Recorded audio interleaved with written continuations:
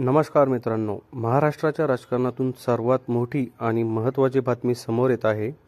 काय आहे आजचा स्पेशल रिपोर्ट जाणून घेण्यापूर्वी तुम्ही जर चॅनलवरती नवीन असेल तर चॅनलला सबस्क्राईब करून बेल आयकॉनचं बटन प्रेस करायला विसरू नका.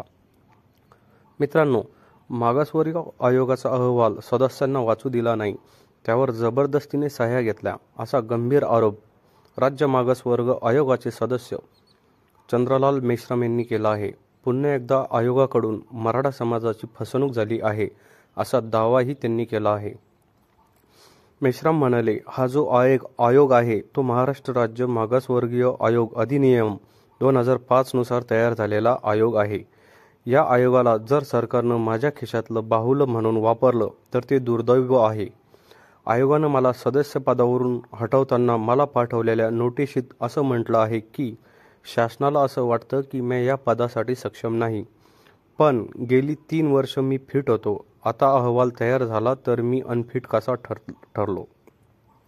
हा अहवाल शेवटपर्यंत सदस्यांना वाचायला दिला नाही.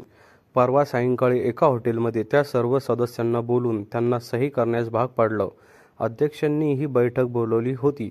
या बैठकीला गेलेल्या सदस्यांनी तिथे सह्या केल्या, पण खरंच त्यांनी इतका मोठा अहवाल त्या क्षणी वाचला असेल का असा अंदाज तुम्ही करा आणि आम्हाला कमेंट बॉक्सच्या माध्यमातून कळवा.